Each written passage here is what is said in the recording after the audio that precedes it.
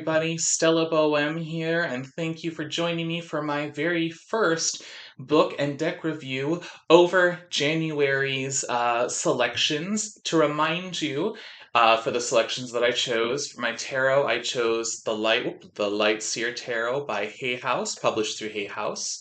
The Oracle deck I chose, Divination of the Ancients, through Blue Angel Publishing.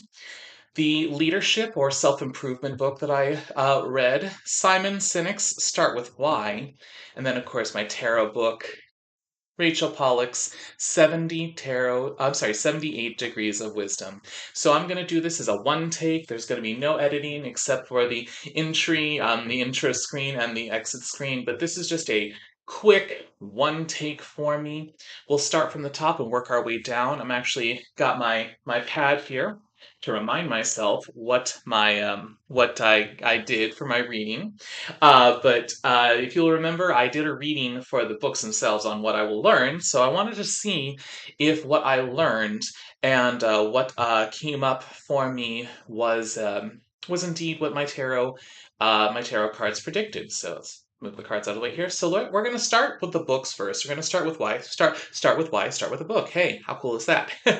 Start with why. So what I enjoyed about Simon Sinek's writing is that he has a lot of real world experience to choose from. He has a lot of real world case studies, I guess you could say. So he does reference Apple products quite a bit. He references Disney quite a bit, and he references how because they are so connected to their why, because they're so connected to what it is they want to create and make in this world, because they're connected to that, it makes sense why they've been able to expand out into the various products and industries that they have. So, take for example, Disney's why, very simply to create happiness, or to create happiness, or we make people happy.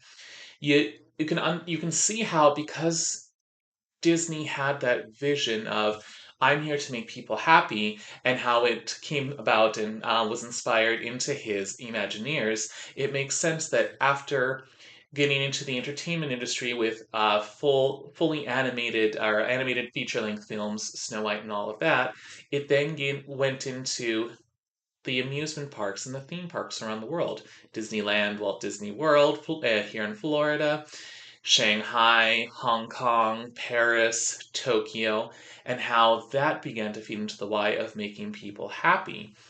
And then as you go into the other offshoots, such as digital products, I'm actually going to show you these here.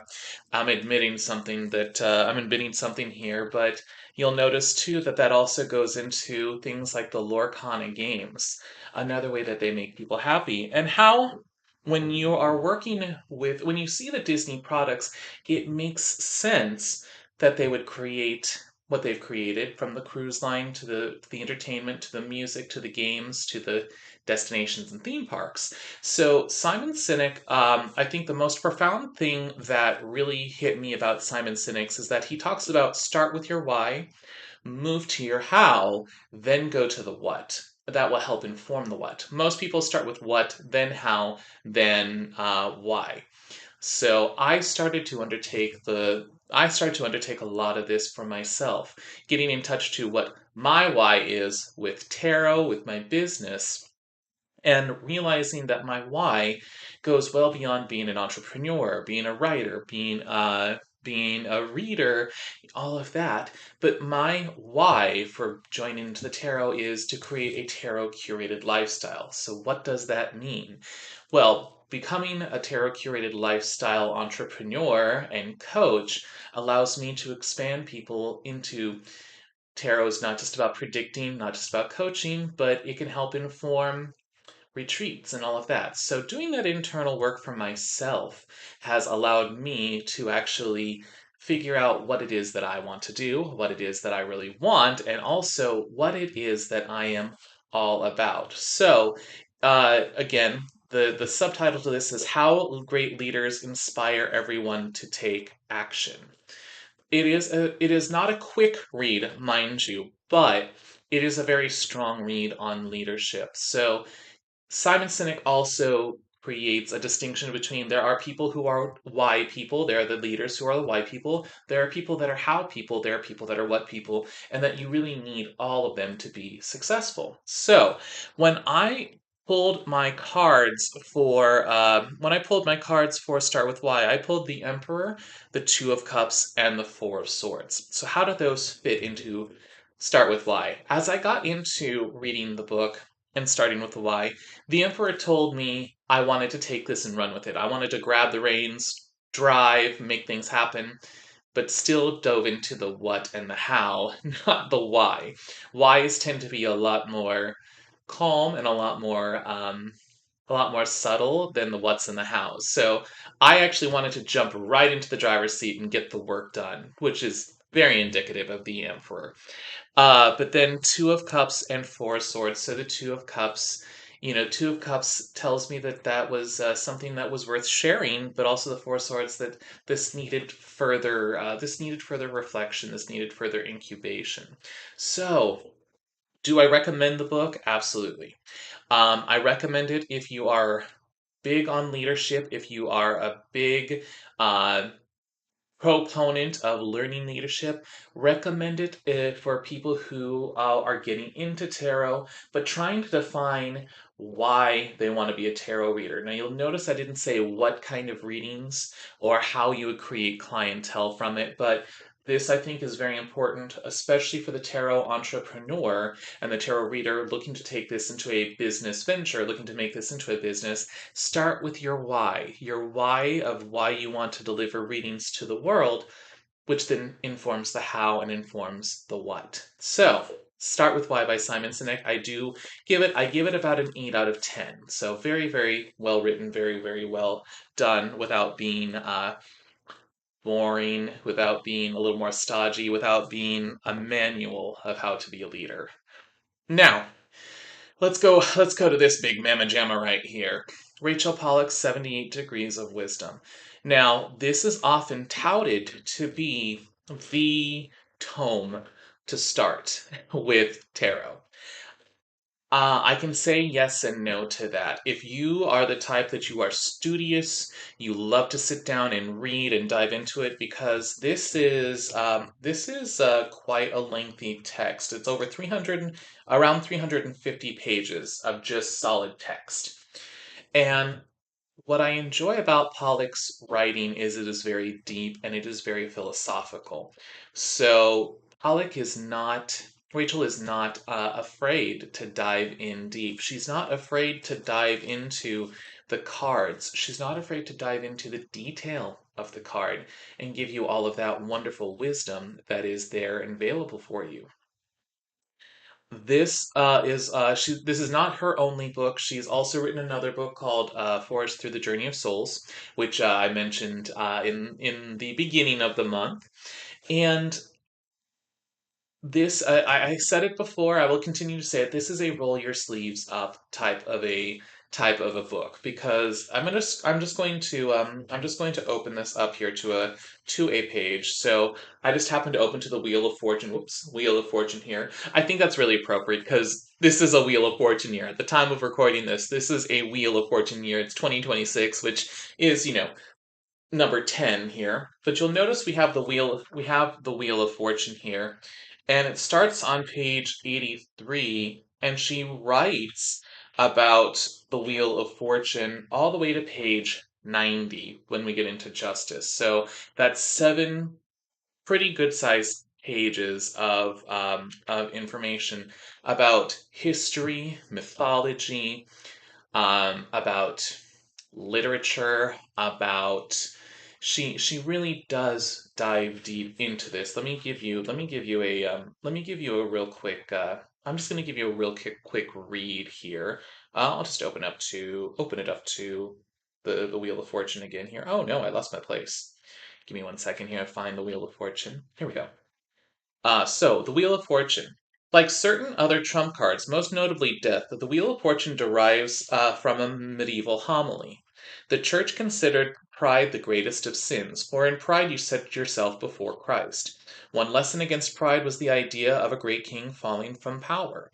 In many versions of the King Arthur legend, the king dreams or sees before him, on the eve of his final battle, a vision of a rich and powerful king seated on top of a wheel. All of a sudden, the goddess Fortuna turns the wheel and the king gets crushed at the bottom. Sobered, Arthur realizes that no matter how much secular power we accrue, our fate rests always in God's hands. The Visconti cards on the right above enshrine this practical sermon, and I'll show you this here. I don't have a copy of the Visconti tarot, but that is who is this hard to see? That is this picture right here. So when you pick this up, be prepared to jump in. I hold for 78 degrees of wisdom the Ace of Pentacles, the Nine of Swords, and the Emperor. Remember, the Emperor came up twice. So, Ace of Pentacles. The Ace of Pentacles is telling me that now was the time my brain, my life was fertile enough to accept the wisdom of this book. The Nine of Swords, however, does tell me that it was gonna be a lot to digest. It was gonna be a lot of information coming at me to digest and to filter through, which it very much was. There are many times when it took me several tries to read through the tarot, the book itself, because it's got so much information and so much wisdom in it, and so much, just so much knowledge, and so much study. You could tell that Pollack had dedicated her life to this. And then, of course, the Emperor. Now, I love that in the grand scheme of things, the Emperor came last because that meant after all of the digestion, then it was time to do something with it. So it did very much feel like the Ace of Pentacles and the Knight of Swords was just like, take it one bite at a time, just like a meal, take it one bite at a time, let it digest, then turn it into fuel. I would recommend this book for somebody who has been studying tarot for just a little bit, who's got a little bit of a groove. I don't know that I would recommend it for somebody from the get-go if they just picked up their first deck of cards. Unless they are very studious and they want to sit through and read through this book, because again, it is a very thick tome. A few of the other things that I enjoyed, I forgot this beforehand, and again, this is all going to be one take, so this is raw, unfiltered, no editing, just raw take, because I feel that is much more authentic, and you get to see me fumble around my words every so often. But one of the other things that I thoroughly enjoy is that once you are done with the cards and looking at the individual cards, Pollock does a wonderful job of breaking down the Celtic cross.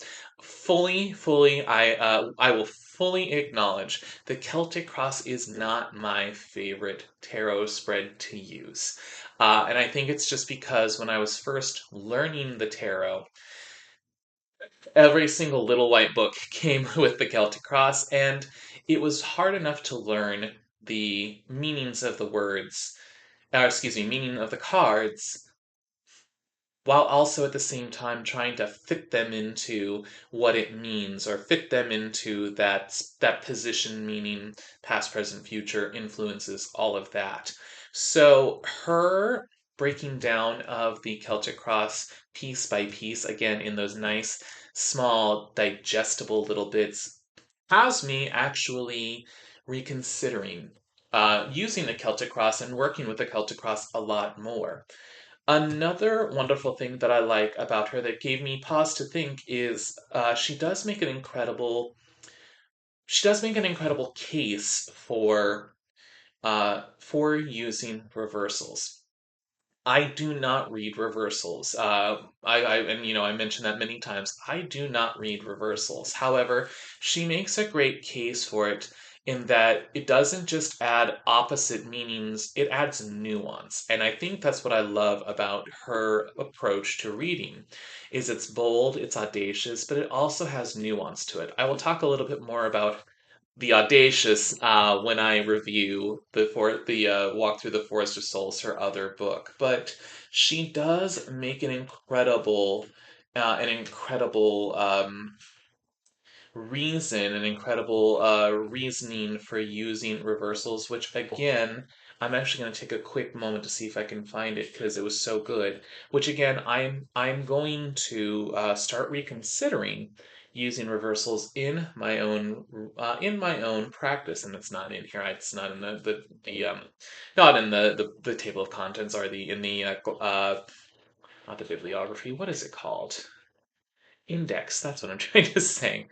Um, you can tell this very much is a product of the time because in the bibliography, she does not have the did not have the wonderful things that were available at the time. So let's see what we got here. We've got, Arthur Edward Waite, The Pictorial Key to the Tarot, Robert Wang, An Introduction to Golden Dawn Tarot, which was from Aquarian Press in 1978 and The Definitive Tarot by Bill Butler. So a lot of these are coming from the 70s or later. So again, while this might be an updated printing of it, you could tell that this was written quite a bit earlier. But I also think that's why this is turned into the tome of wisdom because Pollack did such a wonderful job. I'm trying to see if I can get a. All right, so yeah, the original printing of it was in 1980. This is not the 1980 version. I'm not sure what version this is, but um she truly wonderful. Last we did lose her, not in the not so distant past, but very wonderful book.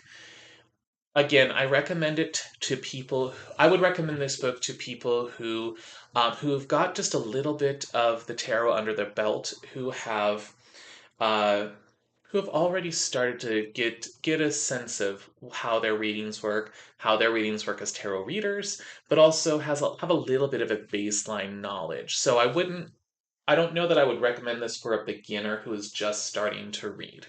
I would recommend this for an advanced beginner or an intermediate or, of course, a pro who wants to get into nuance of the cards and who wants to the gets into the nitty gritty. So this is a great one to add to your shelf and pick up and read when you are ready to add the nuance to your cards and to your card reading. So again, 78 Degrees of Wisdom by Rachel Pollack, tarot journey to self-awareness by Wiser Books. So even though you can't read it, if you see this little ankh here, that is the symbol for Wiser Books. It's just like if you can't read it, but you see the H coming up here. Whoop, I'm so used to having my top-down camera, I forgot my camera's over here. But yeah, if you notice that H here, even if you can't read it, if you see the H on any of my stuff, that is for Hay House. So put Rachel aside here. Now let's jump into the cards that I used. First and foremost, Lightseer's Tarot. I thoroughly enjoy this deck, and I've said that many times before. This is one of my favorite Rider-Waite inspired tarot decks that I think gives just enough of the Rider-Waite Smith um, vibe, but is still it's still an incredibly unique and individual deck. So now I will say that it feels a little bigger. In fact, I'm going to pull out, I have my Radiant Rider Weight. Sorry, sometimes I don't know about you. There are times when I feel like I sound like Elmer Fudd. The Radiant Wider Weight. I can't, there's a lot of R's, but I've got the Radiant Rider Weight here. See, I did it again. And just to give you, what it looks like. So here we got the Light Seer card. Here we've got the Radiant, and as you can see, it's kind of the same. There's just a little added room at the top, which might not seem like a lot, but it is very much does make a difference if you're not used to it. The deck itself, I think it is not super shiny. It's kind of that in between. It's like a satiny finish, I guess you could say. And I think too, what I didn't go over last time is the book. So I want you to take a look at the guidebook that comes with the Lightseer Tarot. It does all fit in the tuck box here, as you can see. Uh, but what I love is that you still get some incredible wisdom in this book. But like if I take, for example, I'm just gonna pull a random card here. I think Chris Zan's approach to it is so incredible. So we got Temperance here. And I also love too that Chrisanne does not have a problem with moving the gender around. So, some of the pages are young female, young male. There, some of them are androgynous. Some of the knights are male and female. Queens, I believe it's just the queens and the kings that remain male and female. So that is one where she does retain the binary. But I thoroughly enjoy that you can have like the temperance here, which even though temperance in the Rider Waite may look like it could be male or female, we have this guy here, and you've still got the symbolism. So he's got an incredible tattoo on his chest here that's a little hard to see. Still has the wings behind him, but they're very ethereal. You kind of have to look. Kind of like going back to Rachel with talking about the nuance of the artwork. Here you do have to kind of look at it, and I love that some of it, like the gossamer of the wings here, I've seen this card so many times and it didn't register with me that there were gossamer wings behind this temperance figure. I see, of course I see the sun and I see the moon here, but it just registered to me that there's that detail of the wings, and the detail of the wings is incredible. It's absolutely beautiful. But back to the guidebook here. Let me look up the temperance card here. You'll notice, so when you get this and you get the book, you got Light Seer, you got Shadow Seer, so basically upright and reversed. And then you have a little explanation about what temperance is, and then Chris gives you this mantra: I walk the middle path and I nourish my spiritual wholeness. So if you just need a quick pick me up without diving into the cards super deep, you have this little mantra that every card has in this guidebook. Let me go back to, excuse me, let me go back to Temperance. So for Lightseer, you got a lovely list of just things to consider, keywords, you could call it, I guess. So, like for the Lightseer for Temperance: alchemy, blending, energies, harmony, moderation, masculine and feminine balance, duality and amalgamation. Shadow Seer, for example, you have clashing interests, oil and water, extremes, disharmony, a need to practice moderation in some aspect of your life, severity, polarity, and impatience. So that is the Lightseer Tarot. The guidebook, it is a thick little guidebook here. It's very well made, very well put together. Highly recommend it, especially if you're looking for a tarot deck that just goes a little different path. If you like a vibrant tarot deck, a very colorful tarot deck, but not one that is super, super in your face or super loud, do very much recommend the Light Seer Tarot. I also like to keep my cards, so this is my own thing. I like to keep my cards in pristine condition, which is why, even though I've had this for several years, it still looks new because I try to take good care of them. But this is one of the, not this deck, but not this printing of it, but when I had it from beforehand, it was one of the few decks that I actually felt comfortable taking a blue highlighter and coloring the sides with, and it created this fun texture because the highlighter distributed ink in different ways, and so it kind of gave this really cool, like blue genie, like stonewash blue genie vibe to it. I have never done that to another tarot deck. This is the only tarot deck that I've ever done that to. If that tells you how much I enjoy the deck. So, Lightseer Tarot, recommend it for somebody who is. This would actually be very good for a beginner, I think. I think the symbolism is good enough that this would be good for a beginner. Right. Now, for the big mamma jammas here. If you notice, I like to say big mamma jamma. I don't know why. But for the Oracle deck, Divination of the Ancients. Um, my big complaint, I think my big criticism, first and foremost, is this box. If you'll notice that it doesn't have the cards don't really fit the box. In fact, if I put the lid on and I give it a shake, you can hear the cards move around. So that the cards do tend to travel. So if you're carrying them with you, they do tend to travel.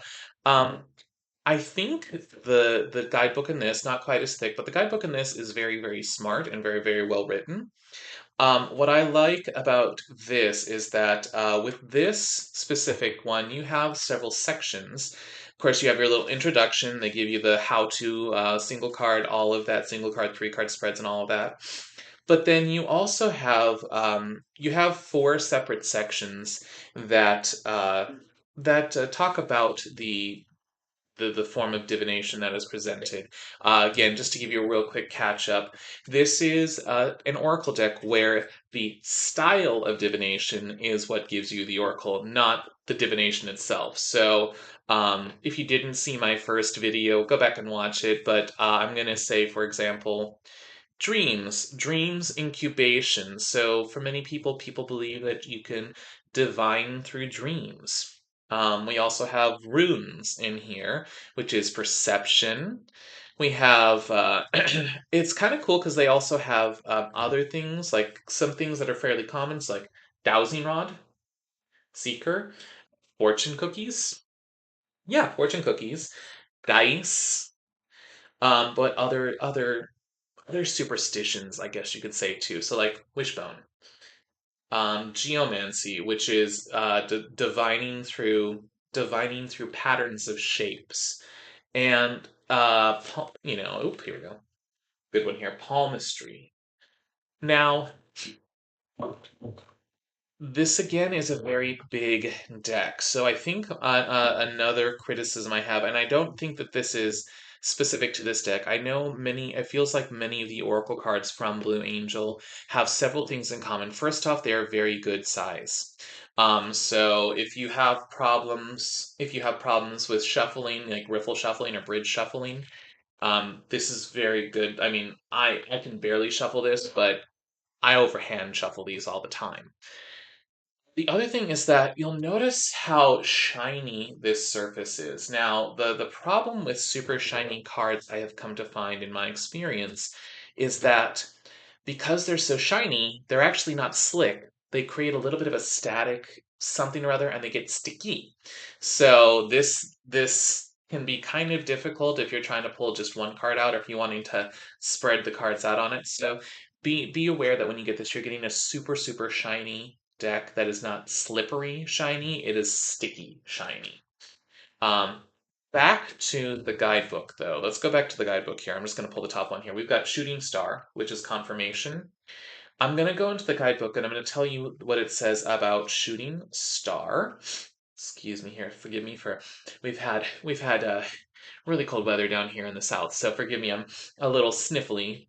Trying not to let the stuff come out, so apologize for that. But so Shooting Star here, you'll notice we got some the card with the meaning that's on the card. Um, we have I don't know if you would call this an observation, but this is almost like a it's almost like a uh, overview or an introduction to what it's all about. So, for example, Shooting Star. This is a magical moment. The universe has poised to respond to your wishes, and this card has turned up to confirm that it is so. It then goes into the incantation. So we have the interpretation, it goes into the incantation. Upon a star, my wishes soar, of magic, love, and even more. For now my dreams will truly grow. I know, for this card tells me so. Just a nice little incantation that you can meditate on, say to yourself, share with the world around you. It also brings in other divinatory meanings. So if you didn't quite get the meaning that you were looking for in the first section here, you have other divinatory meanings. So your focus and positivity bring you good fortune. All you have hoped for is about to be realized. And then Shooting Star revealed. This is where it goes into a little bit of the history of the shooting star. Ancient Babylonians looked to the skies for omens, which they found in shooting stars. In some traditions, shooting stars are thought to be the gods watching us. The shooting star has been let's see here. The shooting star has been seen through the ages as an omen of magical confirmation. Today, when we look to the night skies, we see a shooting star, we say it brings us good luck. So you get a little history as well, which I like. I like that the history buff inside of me, the history buff in me gets a little taste of history. I would recommend this Oracle deck. I would recommend this to everybody. For anybody who is super interested in the different styles of divination, You could, I think, use this quickly. You could really use this to say, what type of divination should I study next? Pull it out, and here we go with geomancy again. So, if it's something that interests you, or learning other styles of divination interests you, especially on a historical level, I very much recommend Divination of the Ancients to you. Again, that is Divination of the Ancients by Blue Angel Publishing. Blue Angel has really come up with a lot of oracle decks on the stage here that are, some of them are really beautiful, like I think like Sacred Circus has been one of the ones, but uh, very good. Just be prepared for a good sized box and good sized decks of cards. So, all in all, I think when you think about, well, I guess when I think about it too, when I talk about getting back to basics, I feel like these decks and these books really did get me there. Uh, if you want some more recommendations or you want to read a little bit more about this, please visit my blog, queenofglamtarot.com, and then search for, and then you can just click on the blog link where I'll be writing my thoughts there as well. But ultimately, I think these four items I do highly recommend for people, especially if you want to start the year off with a bang, or if you're in a place where you would just like to get back to the basics regardless of where you are in your practice. Well, everybody, that is it for January's review. Thank you so much for coming with me along on this ride. Again, it is completely unedited. This is all just a one take. I want this to be as authentic and real as possible. I hope you enjoyed it. I will see you next month.